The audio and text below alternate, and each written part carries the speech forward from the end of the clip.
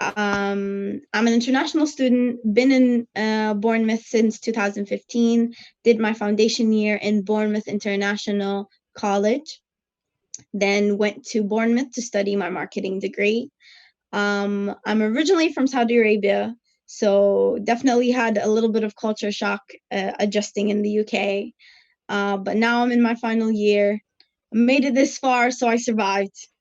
And I love Bournemouth and I love the beach here, and mainly the beach was the reason that I picked Bournemouth. The area is amazing, and the social life here, uh, um, with the nightlife and without the nightlife, the social life here is really nice. And I definitely recommend students to come here if students want to be exposed to that and want to be exposed to a good placement or working experience. I would definitely recommend Bournemouth Uni for that.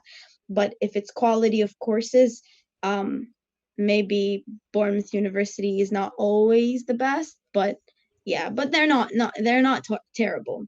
Staff is very passionate and they always look after the interest of students. Okay. So if you Sure. So my name is Marah Alhabeeb. I'm a marketing student and I'm in my final year. and would you like to mention your hometown? Oh yeah, I'm originally from Saudi Arabia. I'm from the capital, Okay, so which is Riyadh. would that make you an international student then? Yeah, I'm an international student. Okay. So can you remind us what course you study and where you study? So I study marketing, BSc, and I do that in Bournemouth University. Okay. So why did you choose marketing? So I knew I wanted to kind of study something a bit more creative. But the area of creativity that I was going to, my parents thought was a bit too creative. So I kind of wanted to go more into filmmaking and that kind of sort media, more of that area. But my parents at the time when I graduated from high school, which was 2014, Mhm. and me being a female and from where I'm from, at the time, not now, but at the time, it seemed really unrealistic for me to find a job. Now, film and entertainment is blossoming and booming in the Middle East and specifically in Saudi Arabia. So definitely, if anyone would have studied that now or chose to study that when they were in my shoes and now they're graduating, they will find opportunities now. Um, but since what my parents were saying to me made sense, and I was like, okay, so this is going to be a huge investment. I'm going abroad. Um, I looked at business, but I knew I wasn't so On it. business minded. Yeah. Yeah. So I wanted the most creative part of business. So Mm. I was like, marketing. Yeah, I can do that. Wherever I end up being, I'm going to have to market something anyways. Okay. So marketing kind of fit. So you've been at Bournemouth University for 4 years.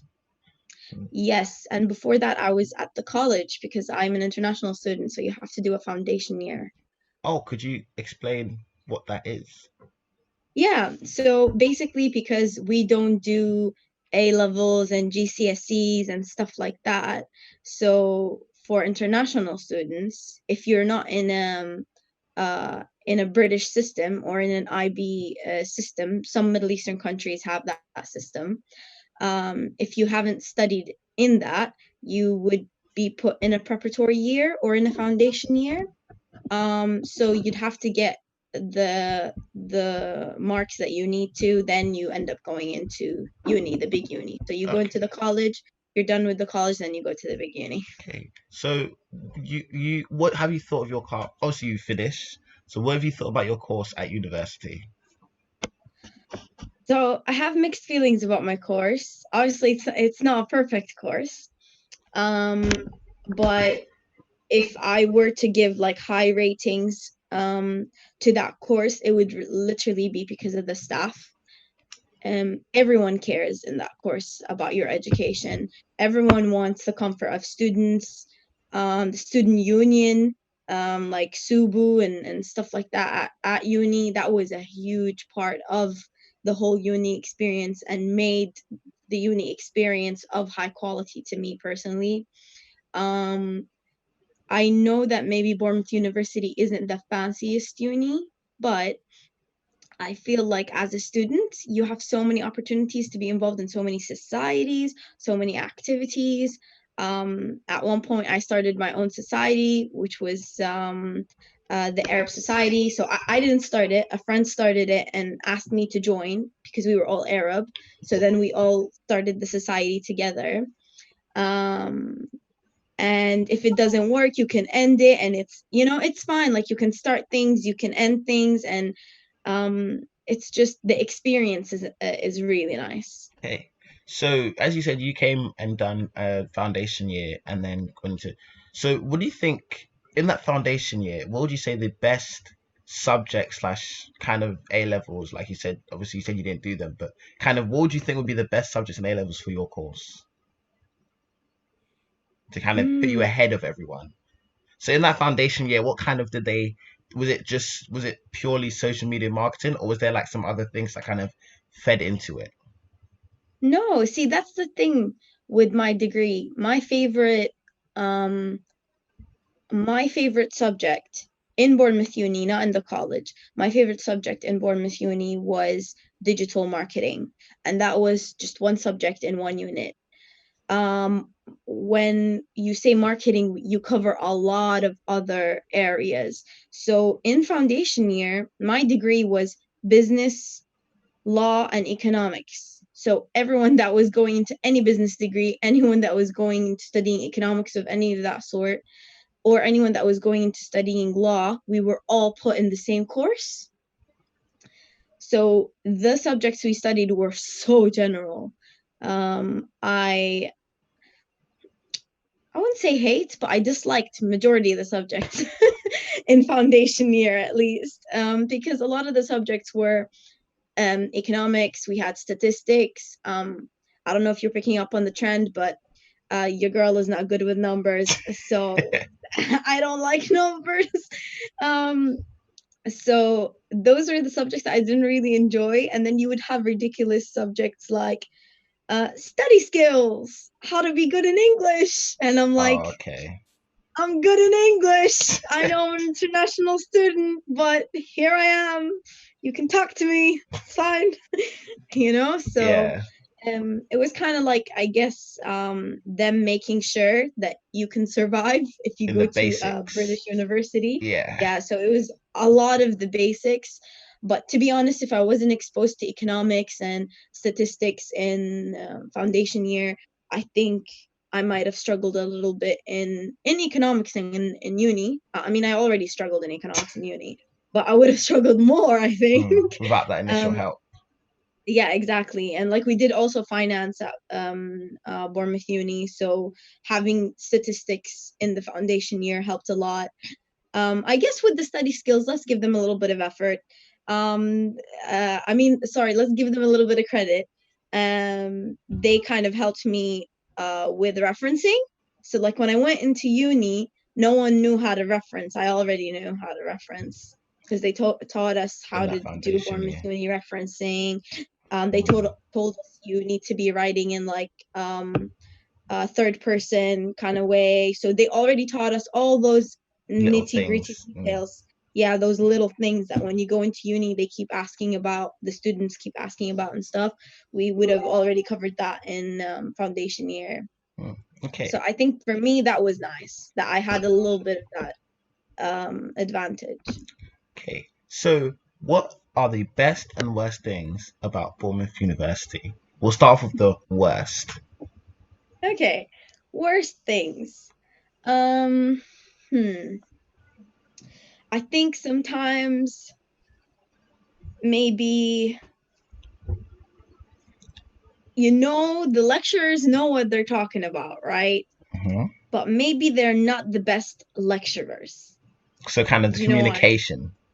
Yes. So yeah, sometimes I feel like it's amazing. You have a PhD, you know Mm. what you're talking about, you know your stuff. But the way you talk about it, maybe is not the best way. So, Maybe maybe like, I feel with some lecturers, not all, but some lecturers, I feel like they should have been tested out on how to do presentation, mm, how to explain things to students. Because if you're expecting from students to have those skills, lecturers should have those skills as well, I Mm. think. Um, So would you say is so this specific to you? Would you say, or is this kind of like a general trend across all students? no, I noticed that being in other courses as well, because I'm under the management faculty, and I have friends in hospitality and I have friends in media. And they've had also the same issue. So it's a lot of the like you said, kind of a lot of the communication. So I remember struggling with economics because the lecturers, I would sit in the front. I would ask questions when they say, "Do you have any questions?" I would ask questions. Even in the lecture, I'll raise my hand, I'll ask the questions. But I just, I couldn't understand. I couldn't understand what because of the way he explained things. I don't know. I don't know, to be honest. But for me, I think that was one of the most frustrating things. And as an international student, you pay a lot of fees. So sometimes you feel like you're not getting your money's worth in Mm. some classes and in some lectures and in some units. And you kind of doubt if the goal of this unit is me passing or me actually getting knowledge from that unit. Do you know what Okay. I mean? Are you just there to be there, or are you actually there to be for a meaning?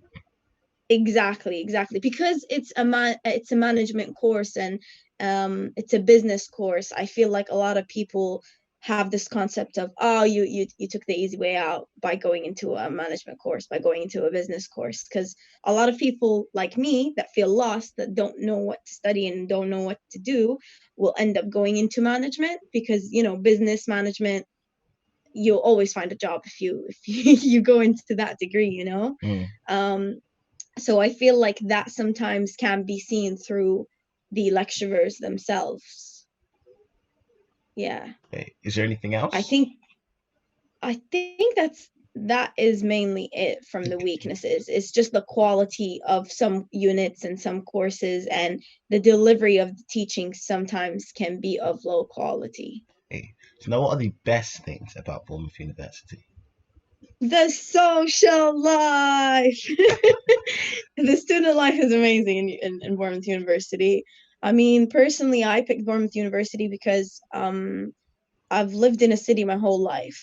So I just kind of wanted somewhere smaller. I wanted somewhere where there was a beach, and I wanted to be in the UK, but I couldn't see myself in London.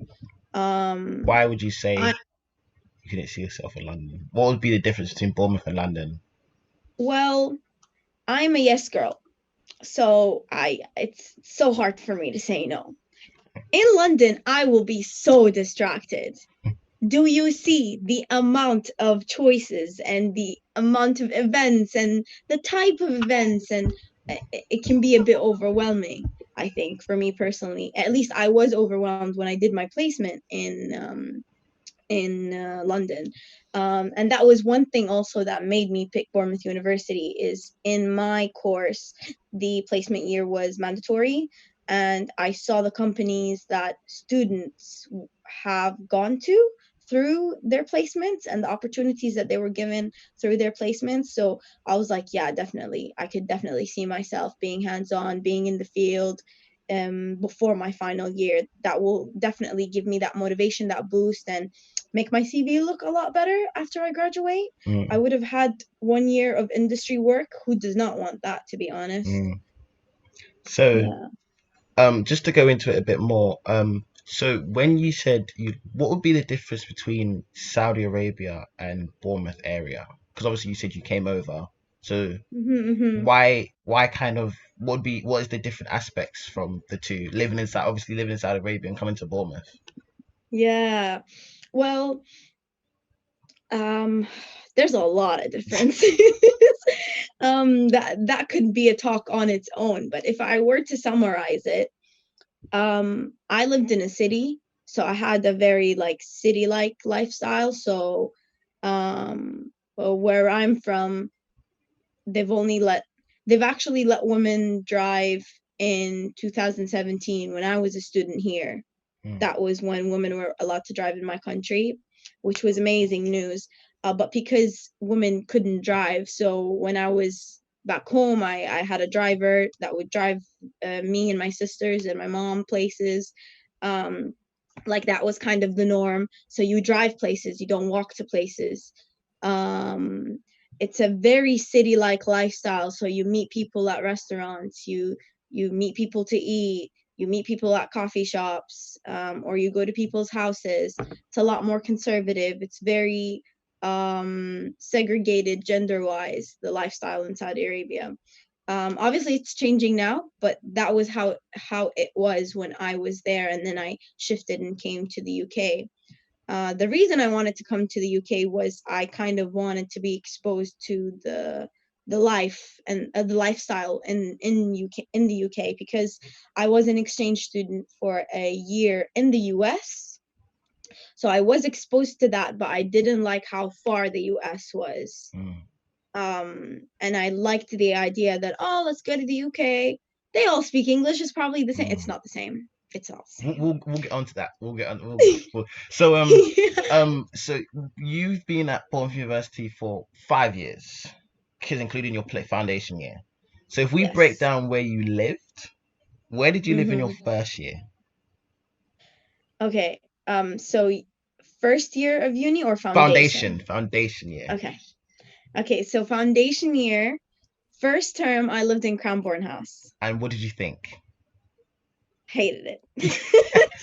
What's wrong with I Cranborne also, House? well, okay. So as I told you, I came from a kind of conservative background, very male, female, segregated. Okay. So I think what did it for me, and I just absolutely hated the experience after that, is I requested to be in an only female flat, and everyone in that flat were all master's students. So I didn't really Get to get interact with other students. Yeah, because they were all master's students, so they all did things together, they studied together. Also, all their backgrounds were the same. They all were from China. Okay. So there was a huge cultural gap. I didn't mind getting to know them, but also I found out later on when we started bonding is they were a bit insecure when it comes to their language to speak to me. That's why they struggled, and it was just easier for them to just stick together because they're all in the same level academically, they're all from the same culture. It was just perfect for them.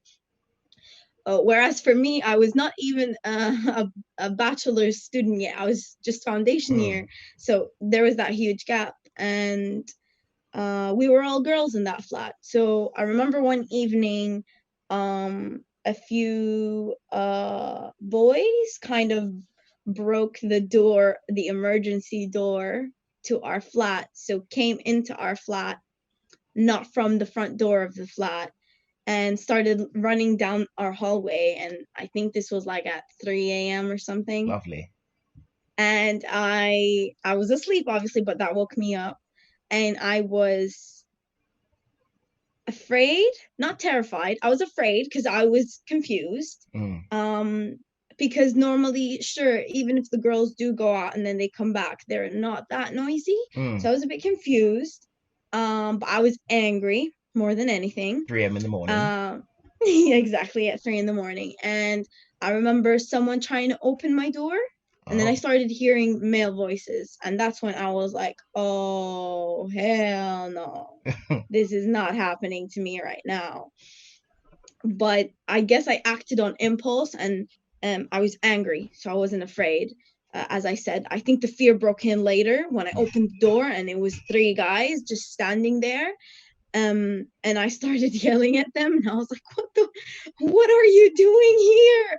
And just yelling, and my brain just couldn't fathom what was happening. And yeah, and I remember just getting dressed and going down to reception and saying, it's 3 a.m. and 3 guys found a way to go into our flat. I currently do not feel like I am safe. This is unacceptable, blah, blah, blah, you know? So I think after that, it just did it for me with Downhill, because obviously if someone could easily break into your flat, obviously they didn't have intent, but if what if someone had the wrong intention in their mind? So that's kind of, especially because you requested to be with all girls. The point of being with all girls is to be away from boys, and now boys have found a way to get. They've basically just broken the whole reason you requested to be with girls. But Exactly. Thank you. Thank you for seeing it that way, because that's how it was for me at the time. And after that, I was like, I can't live in this.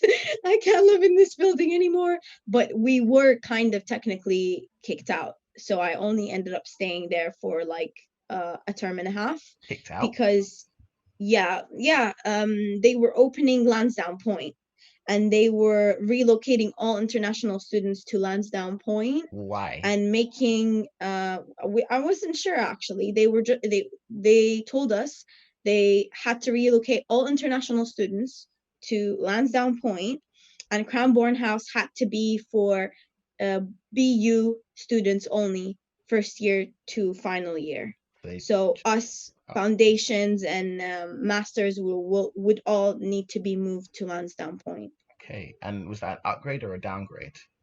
That was an upgrade. No one touched my bed. You could smell the paint, and they took you to see the location and the site being built, which was also really nice. They're like, oh, this is the building that we're going to move you guys to. I know it was kind of them kicking us out, but in a really nice, luxurious way. Like, look, this is the building, this is what we're gonna have there, this is what we're gonna include, this is your common room. The common room was a total upgrade compared to the common room in Cranborne House. So I was happy overall, I think. Okay, so in your second year.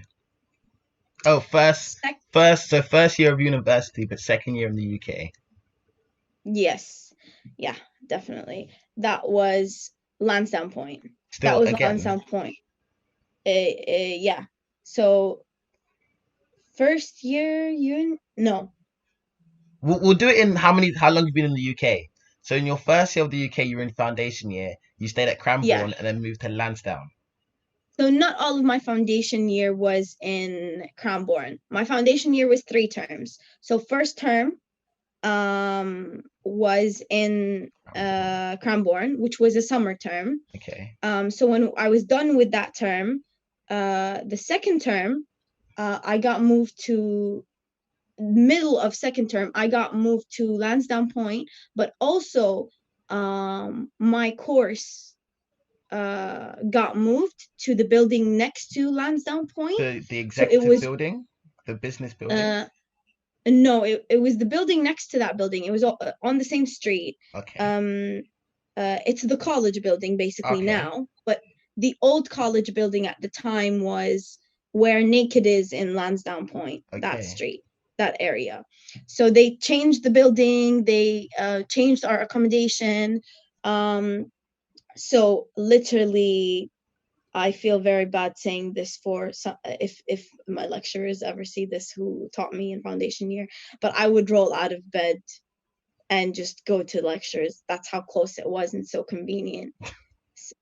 Sometimes I'd be in my pajama top, but just wear jeans and just go and be like, okay, I'm here like 5 minutes before the class starts, or like literally 5 minutes in the starting of the class. You're already there just like that, quickly. Yeah, exactly. It was so convenient, so I didn't complain at all. After foundation year, first year of uni, that was when when I thought, you know what, actually comparing and seeing where other students are living, Lansdowne Point might be a bit expensive. So let me move to Lulworth, which was literally like so close to Lansdowne Point anyway. Is that a So different accommodation? Yeah, it's a private student accommodation. Okay. So yeah, so I stayed in Lulworth. How was that? For 2 years. So I did a flat. I shared a flat with my friend. So both of us chose the same flat. We wanted to be in the same flat, and it was all right. There was a lot of first year students, so very kind of, I guess, British culture kind of, everyone excited, always going out, all these different events that maybe me and my friend weren't aware of. Like Mhm. later on, we found out that there were bracelets and stuff like The that, and then wristbands and yeah, the pressures. yeah, Yeah. yeah, all these things. Like they don't really tell you about that in college. In foundation year, they don't tell you about that. They tell you about referencing, but they Mm. don't tell you about the social side of it. So I remember I was just like in shock because um, alcohol is not allowed in my country anyways. So I remember kind of being in culture shock that Oh. first year. Okay. Um, it was first a lot for me to take in to see people drunk every single weekend like that. But it was also a lot to take in to see people breaking elevators because everyone is drunk and they all, try and all fit into the elevator. It was a lot. It was a lot to take It was in. very And different. yeah, and it was overwhelming. It kind of made me feel like, you know what, let me just stay home. I don't want to leave home, or I don't want to leave my room. And because my friends were majority international students, we all kind of felt the same. Um, and yeah, I feel like I needed a bit more time to kind of get into the culture and Mm. start understanding the culture a bit more.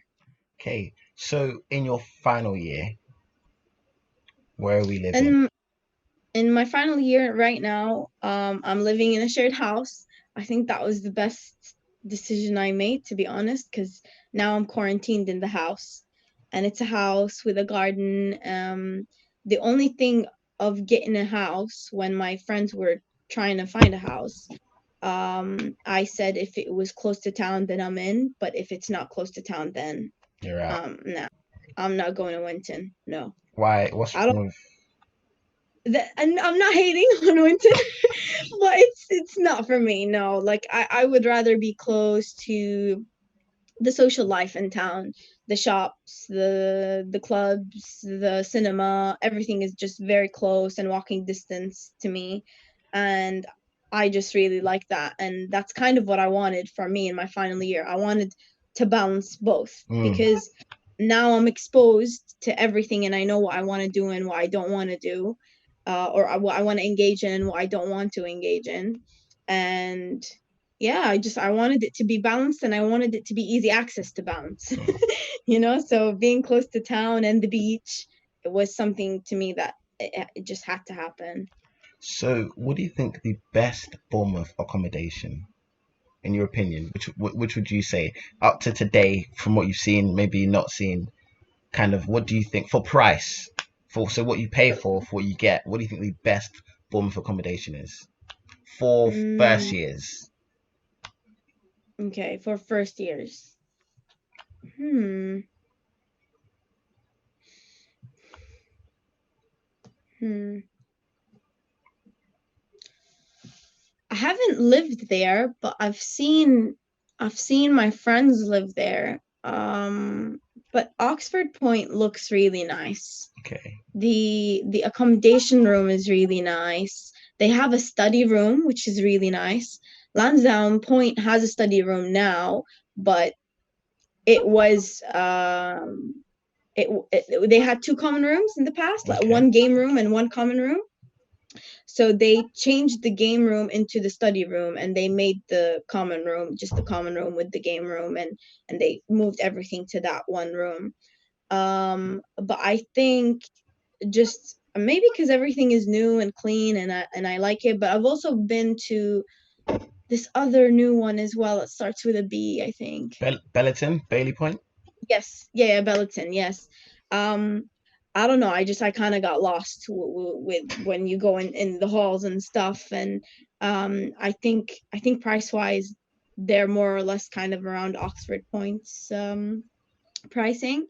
I think Lansdowne Point is good, but expensive, Okay, to be honest. if what you get, it's And not worth. It might not be as worth. Okay, yeah, exactly. Like I'm not totally sure now if the money you'd pay is worth it. Maybe it was in the past, but I'm not totally sold on it now, I think, okay, on the price.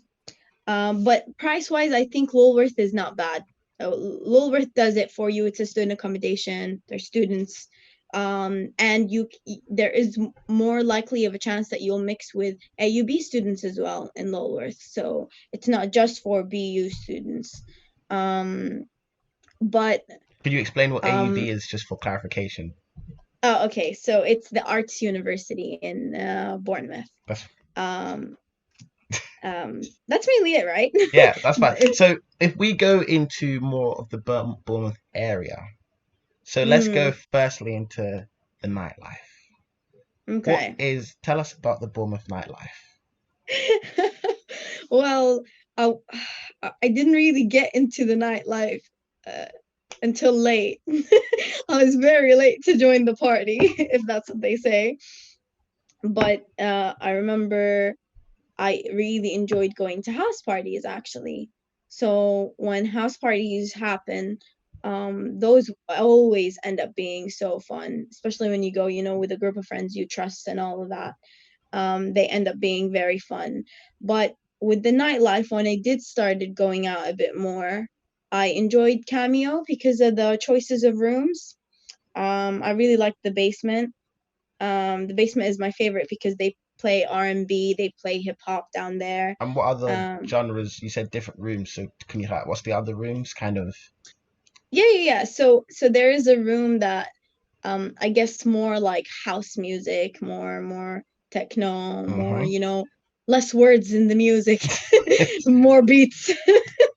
um um what else? Oh, and there's a room I guess where like the hits and maybe a bit more Latin music would be played sometimes, like kind of like, Pitbull songs, kind of The like old that. bangers.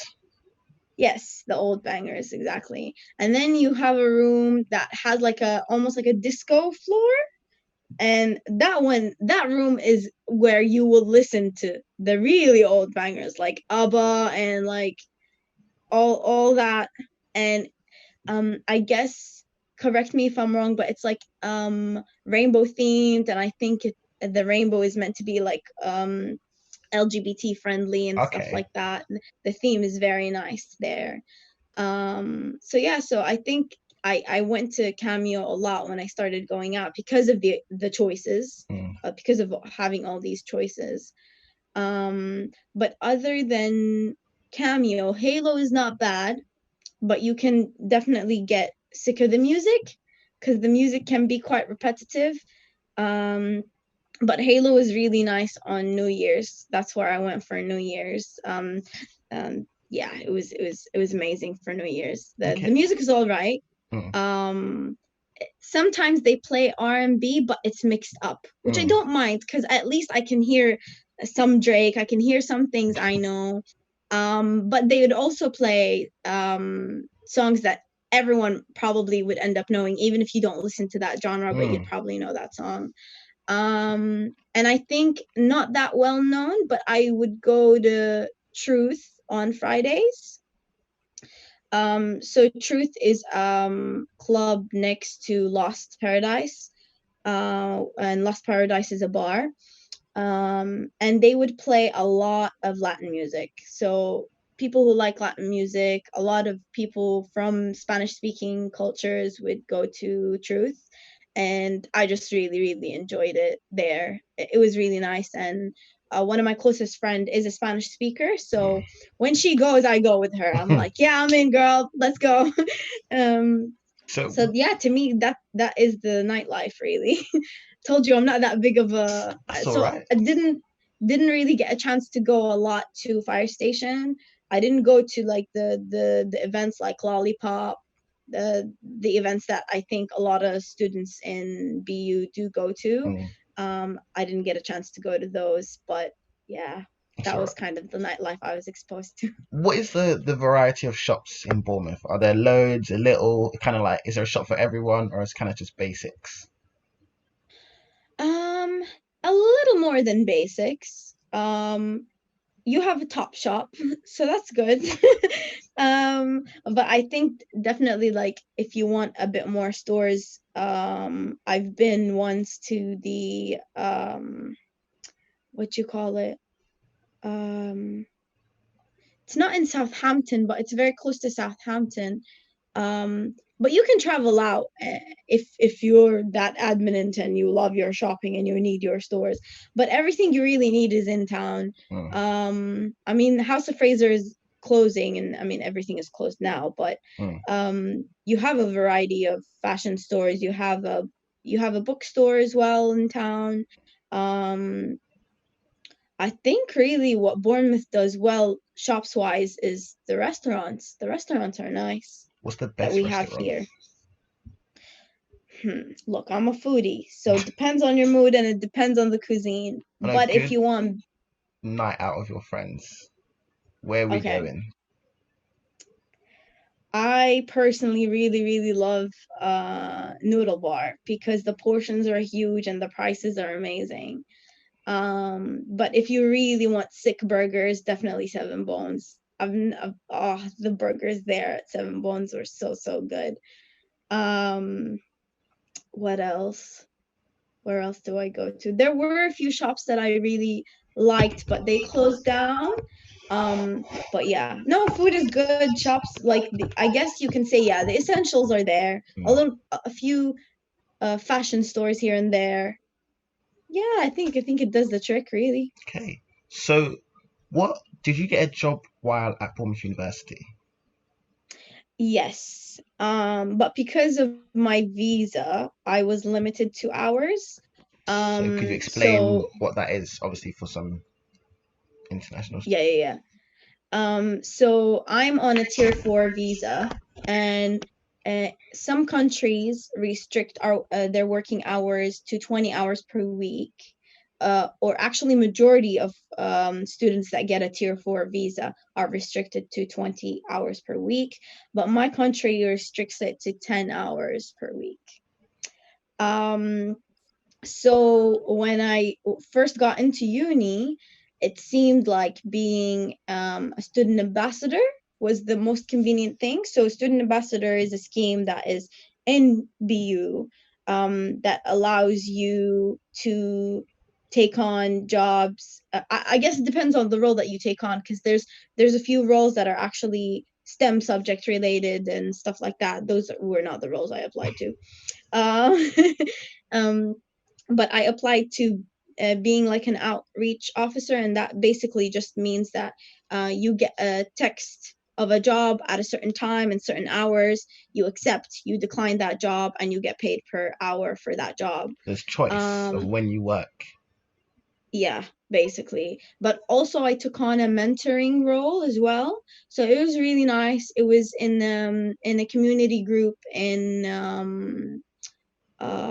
Christchurch. So transport would be covered. It was a taxi that would pick me up and pick up my colleague every week, every Wednesday, and we would go to the community group, and we would actively like prep for activities for the whole day to do, and kind of like reflecting exercises for the group to do together. And it was really fun, and I did that for a whole year. So I did that alongside getting the text messages and just taking on different jobs on the side. When you do that, that is when you can be part of open days. um, and it's really fun because sometimes you end up actually going out of uni, going to other unis, going to other schools, and like just presenting about your course and talking about your course and talking about your experience. So I did that once, which was really nice because you end up going somewhere else and Okay. it's all paid for. So, is there other tiers of visas, or is it just tier 4? So, can you get a higher tier that gives you more hours, or So tier 4 is a student visa. If you get a tier 2, that's the working visa. So you can't get a tier 2 if you are a student. You need the tier 4 as a student. Um, so for example, now if someone were to hire me now, I would need to apply to change from a tier 4 to a tier 2, Hmm, but after I graduate. hmm. Okay. Yeah. So, you talked about Subu and how amazing they were, and you talked about your own Mm-hmm. society. Did you Mm-hmm. join any other societies except for sorry, except for the society you created? Yeah. Yeah, definitely. So Um, so I joined the Marketing Society, of Okay. course. And I joined the African Caribbean, ACS. yes, ACS. I love that society a lot. A lot of my friends are the committee members. Actually, I think I'm friends with all of the committee members. Just some people are closer to me, so always went to support their events and everything. I had the intention to join a lot of societies, but I think ACS was the one that I kept up with their events, and the Marketing Society is the society that I kept up with their events. But I remember there was a K-pop society that was very intriguing. There's a Disney society that was really nice to like watch Disney movies with other people. But this year, the Arab Society kind of stopped, and the South Asian Society stopped, and I was a part of the South Asian Society as well, to do a Subu campaign. So the Subu campaign is the Arab Asian and ethnic minority campaign. Mm-hmm. And through that campaign, there were a lot of events like screenings and stuff like that. So I tried to be as active with that as I could. I didn't partake in being an officer of or anything of that sort because I felt like I might end up being overwhelmed this year because it's my final year. Mm-hmm. Um, but I definitely tried to go to the events, tried to promote them. But yeah, those were mainly the things that I was involved in. Oh, also Latin dancing and ballroom dancing society. Those were societies that I think I would have loved to join, but couldn't really actively join. Okay, so can we go more into the background of Saudi Arabia and the UK culture? So you obviously you said you were shocked kind of in the difference.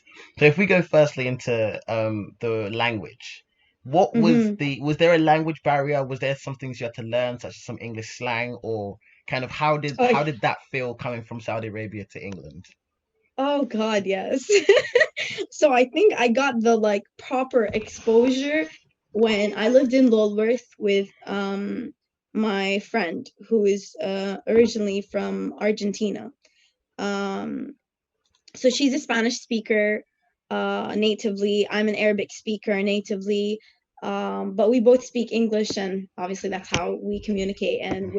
we're close friends. We're best friends, so we have no issues with that. And a third friend of ours who's from China. At the time, I wasn't that close to her. She was more closer to my Spanish speaking friend, but we became a lot closer after all of us living together.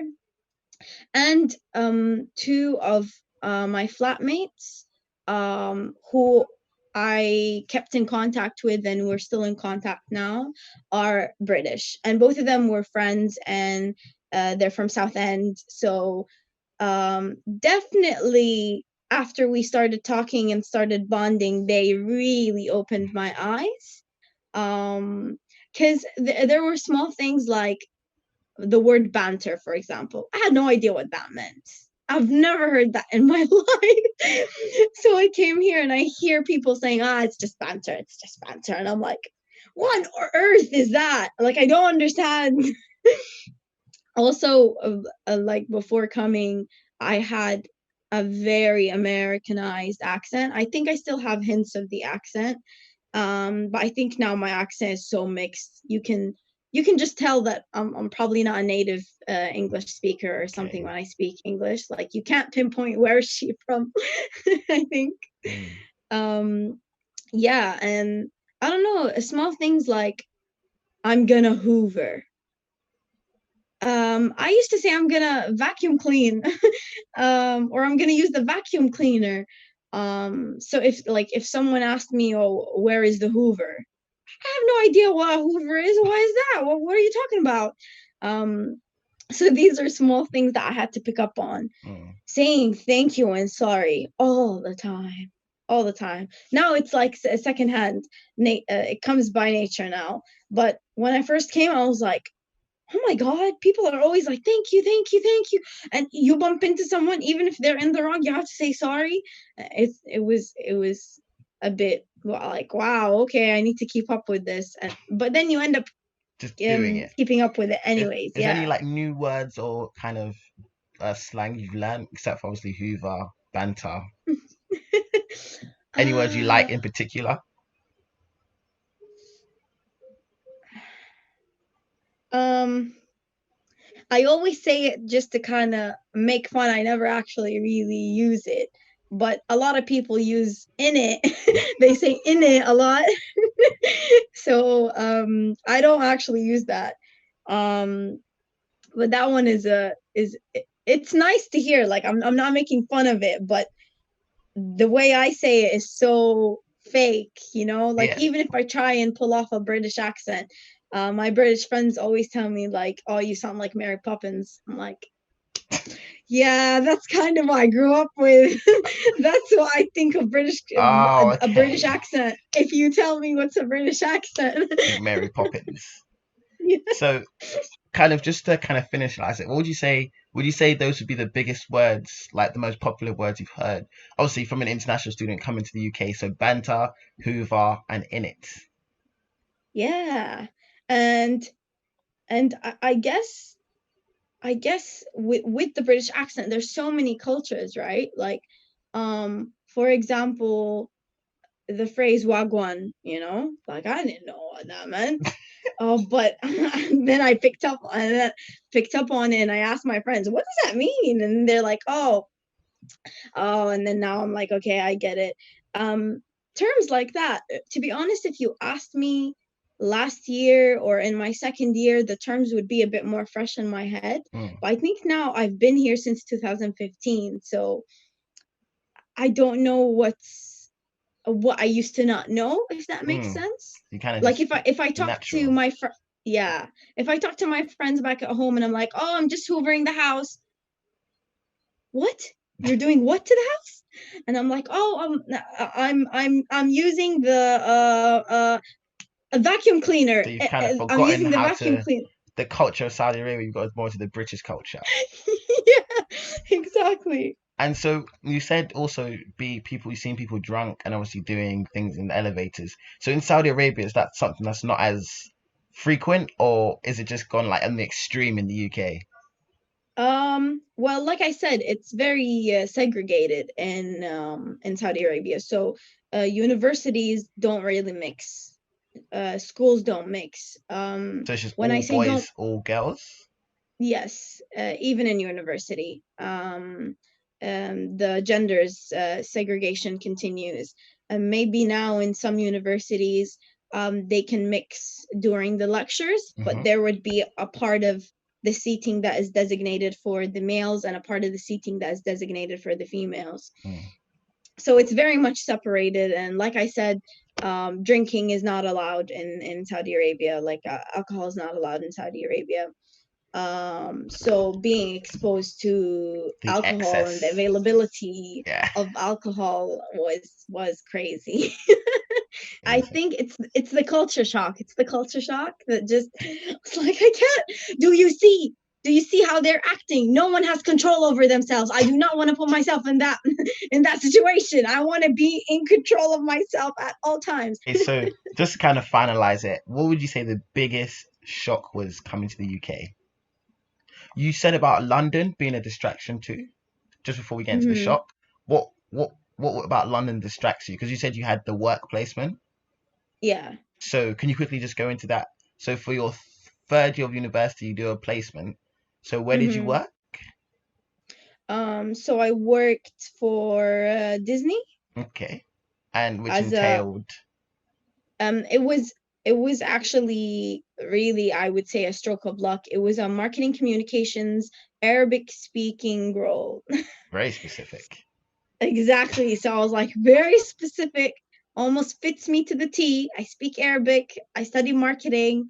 So a friend of mine from my seminar took a photo of it and said, hey Marah, like, look, there's this job opportunity, I think you should apply to it. So I did, and thankfully I got the role. And it was, yeah, basically a marketing communications role, but I had to use both English and Arabic at all times throughout the role. It was an amazing year, but I remember moving from Bournemouth to London. It was definitely overwhelming at the start. In London. Uh Yeah, What would you say the because the role. Sorry. Oh, no worries. Because the role was in London, so I had to move everything I had to the Ah, accommodation there. But it was just too many choices. Like I don't know where to go. I don't know what to do. So as a way of coping, I was like, I'm not gonna do anything. I'm just gonna stay home. No, it's too much. And I still hadn't made friends, and I was the scheme that I joined was a new scheme, and my role started the last. So everyone had already made friends, and people have already started like getting their to know groups. people. Mm. Yeah, and I came in like, hi, I'm the new one, so it's Mm. a bit nerve-wracking, but I think after like the first 3 weeks, I started getting a hold of it and becoming friends with the other interns there on my floor and the teams working around me. And everyone was amazing. Everyone was so lovely. And I'm still in contact with all the interns that were with me. Okay. So going back to the question earlier, what was the biggest culture shock when it came to the UK I think the drinking culture, drinking? definitely the drinking culture. Okay. Um, yeah, that was the biggest culture shock. Okay. So obviously you talked about it a bit earlier, but you chose university over working slash going to an apprenticeship. And you also chose a UK university over a Saudi Arabian university. Can you kind of explain Mhm. why? Um, I kind of wanted the lifestyle in the UK alongside getting an education. And I didn't just want to go to university at home. I wanted to go out of my comfort zone. I knew I wanted to kind of leave the nest, like they say. Um, and the reason that I didn't choose an apprenticeship is it's not something very common from where I'm from. And I think perhaps graduating from high school and starting to work right away might not always be looked at in a positive light, at least in my culture. I don't necessarily agree with that, but I knew I wanted to go to uni. I knew I wanted to get a degree. And I knew I wanted to do it abroad. So I knew all those elements before picking what I wanted to study, before picking the location. I knew I wanted to go abroad again because I did go abroad when I was in high school. Hmm. Okay, so obviously we're having a video call because we can't meet, so Yeah. because of COVID. But so how are you holding up during COVID-19? Um, it's a lot of ups and downs, I'm not gonna lie. Um, a lot of people have recommended, oh, write a journal, express your feelings through writing. And I tried, but it doesn't work for me. So what I ended up doing was everyone's already always using their phones. And sometimes to me, I get it. People are always broadcasting and saying, if you need someone, talk to them. If you need your friends, talk to them, all of that. But no one is talking about if you need a break, just take a break from talking to anyone. It's okay if you don't answer people's calls. It's okay if you take a break from social media and delete all the apps from your phone for a full day. Like I feel that sometimes my brain is being overstimulated with all this technology and all these notifications and all these things. So for me personally, I've turned off all notifications. So once I pick up my phone, I don't see any notifications on the screen. I have to actively go into the apps that I want to go into to see the notifications. That has made me a lot less anxious lately, to be honest. And as a way to express myself, I've been taking kind of like photos. I've been writing small notes, and then I do like a small collage the end of every week. Hmm. And I post the collages on my on my Instagram. And I put them on a highlight in my story, just kind of like almost like a scrapbook of Mm. my quarantine experience. Mm. But um I look forward into like decorating it, cutting the photos out, writing my thoughts in it, and it's just I think a creative way Mm. of expressing myself, and that worked a lot better than journaling or having a diary for me personally. So how has COVID-19 affected your course? So this term we were meant to have one subject and work on our dissertations, but since the coronavirus happened, the course was cut short, you can say. And to be honest, I don't feel very happy about that. Like, I feel like we've missed out on a lot of knowledge that we would have been given. And instead of having an assignment and an exam, an assignment being 40% and an exam being the other 60, it was the assignment itself, the brief wasn't changed. It was the same assignment and then became 100%. I personally love assignments, and I prefer assignments any day over exams because that's my learning style. But I know for people that that's not their strength. Maybe they would have been put in not the best position. And after submitting that assignment, we weren't given any more classes. We were just given, I think, 2 online or 3 online classes, and then the classes just kind of stopped. And yeah, so I just feel like maybe I would have missed out on things I would have been taught. Okay. So at this point, we let the students kind of have a free ground to say what they want to say. Some students like to put their apps, like you might want to put your Instagram where you're doing your collages so people can see kind of what it's like to be in your life during these quarantines and kind of give like a summary of everything we've spoke about. So the Okay. floor is yours. Okay. So I have a public Instagram. So my username is Marah267. Originally, I made that Instagram because I am a Zumba instructor. So I used to actually instruct in Bournemouth in my first year. So I used to volunteer doing the Zumba classes. So that was the best way to kind of reach me on that Instagram profile. There we go. Can you hear me? There we go. Okay. Okay, so after Zumba. Yeah. I was just gonna summarize kind of what we talked about. That's fine. So I'm an international student, been in Bournemouth since 2015, did my foundation year in Bournemouth International College, then went to Bournemouth to study my marketing degree. I'm originally from Saudi Arabia, so definitely had a little bit of culture shock adjusting in the UK. But now I'm in my final year. Made it this far, so I survived. And I love Bournemouth, and I love the beach here, and mainly the beach was the reason that I picked Bournemouth. The area is amazing, and the social life here, uh, with the nightlife and without the nightlife, the social life here is really nice. And I definitely recommend students to come here if students want to be exposed to that and want to be exposed to a good placement or working experience. I would definitely recommend Bournemouth Uni for that. But if it's quality of courses, maybe Bournemouth University is not always the best, but yeah, but they're not terrible. Staff is very passionate and they always look after the interest of students. Okay. So if you just want to end the videos, don't forget to like, subscribe, and I'm plugged in. Okay. Don't forget to like, subscribe, and I'm plugged in. Thank you.